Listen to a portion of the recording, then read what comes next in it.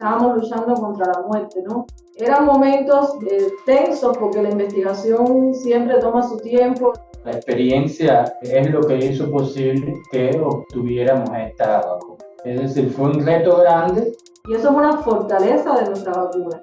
Nosotros prácticamente enfocamos el centro a los proyectos COVID desde el inicio de la pandemia, es decir, detuvimos los demás proyectos. Y nosotros incluso en el caso específico de vacunas comenzamos 16 estrategias diferentes de desarrollo de vacunas y bueno, logramos tener éxito en esta vacuna debido a la experiencia que ya teníamos en el desarrollo de plataformas de este tipo. Es decir, no estábamos en la misma situación que otras compañías en el mundo que estaban trabajando en tecnologías que nunca se habían utilizado en humanos. Nosotros estábamos utilizando una plataforma tecnológica que es muy conocida en el mundo, con la que teníamos una experiencia de trabajo ya de 30 años de producir vacunas.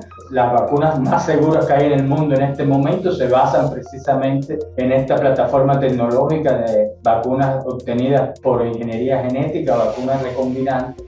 Es decir, fue un reto grande, pero y una responsabilidad enorme. Trabajamos muy intensamente. Una colaboración también intensa, no solo hacia adentro de la institución, sino entre muchas otras instituciones. Alrededor de 17 instituciones han aportado sus experiencias al desarrollo de esta vacuna. Esta es una de las características de las diferencias de la biotecnología en Cuba, es decir, la integración, la colaboración entre diferentes centros. No hay competencia, sino todos contribuimos al avance de los proyectos. Esto permite maxificar el impacto, los resultados a partir de los limitados recursos con que tenemos y de las situaciones que nos impone el bloqueo. Y bueno, la experiencia es lo que hizo posible que obtuviéramos esta vacuna. El Centro de Ingeniería Genética y Biotecnología se funda el 1 de julio de 1986, precisamente el discurso inaugural lo da el comandante Fidel Castro.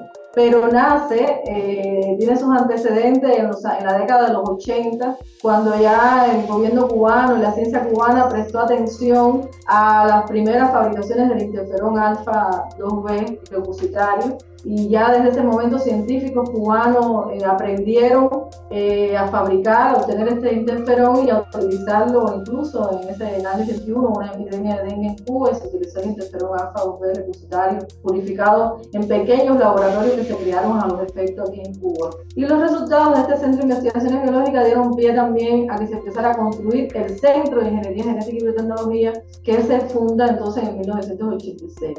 Y el centro, desde sus ideas fundacionales, se enfocó al desarrollo de vacunas, medicamentos terapéuticos, sistemas diagnósticos, tanto para la salud humana como para la salud animal y vegetal.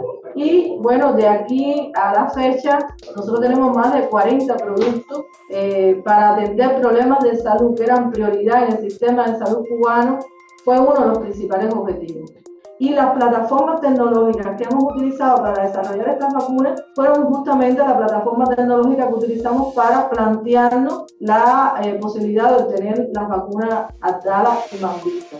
Por tanto, además de eso, en la COVID no solamente utilizamos el desarrollo de la vacuna Abdala como herramienta para atender el problema de la COVID, sino que esta experiencia de 37 años nos permitió también poner otros medicamentos en el protocolo de actuación cubana contra la COVID.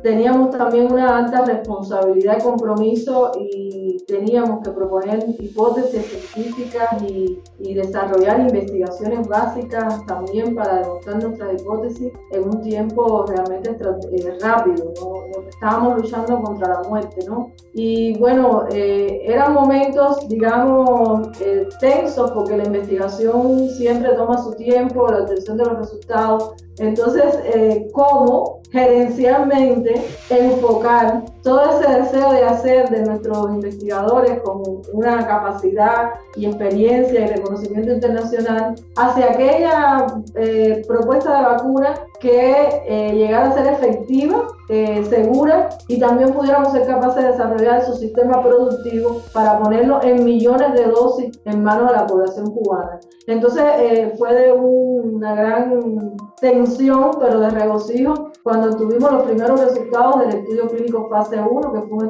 todos los estudios clínicos de la vacuna Abdala, y por supuesto que eso también nos cargó las pilas, ¿no? Para decirlo de una manera coloquial, para continuar el avance clínico de la vacuna, para, pasando por las etapas clínicas de rigor en fase 2 y en fase 3, poder llegar a poner la vacuna en la población cubana en una campaña de inmunización masiva.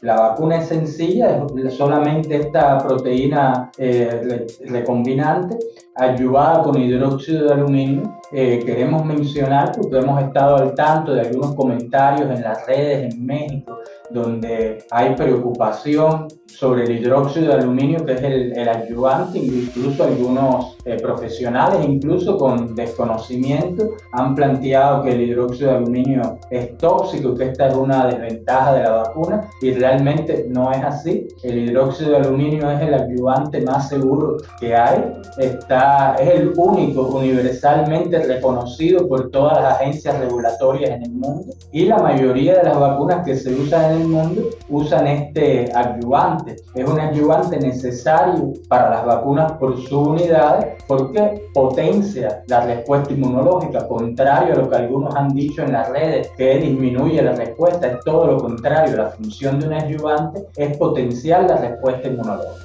Y prácticamente nadie que no haya sido vacunado en el mundo ha recibido vacunas con este adyuvante. Pero además, la vacuna Abdala tiene la característica de que se produce en una levadura, y esta levadura tiene la característica de que introduce mayoritariamente azúcares que se nombran manosa. Y estas mannosas tienen la peculiaridad de que también son inmunopotenciadores, porque hay receptores en las células que presentan los antígenos vacunales al sistema inmunológico para desarrollar la respuesta inmune, que son receptores precisamente de este azúcar de manosa.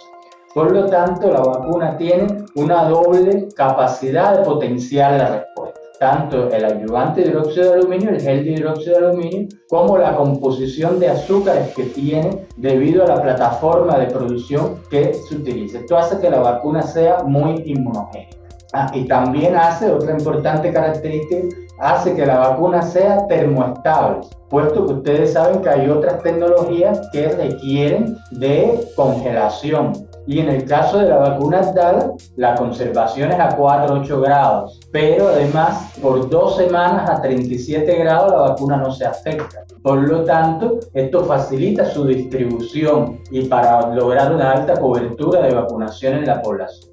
Nosotros hemos utilizado los sueros de los vacunados cuando no existía Omicron, es decir, cuando no había Omicron en circulación. Y esos sueros de los vacunados con 3 dosis de Abdala neutralizan las variantes Omicron. Es decir, es una demostración de laboratorio. Es decir, la vacuna Abdala, con la primo vacunación con Abdala, neutraliza Omicron.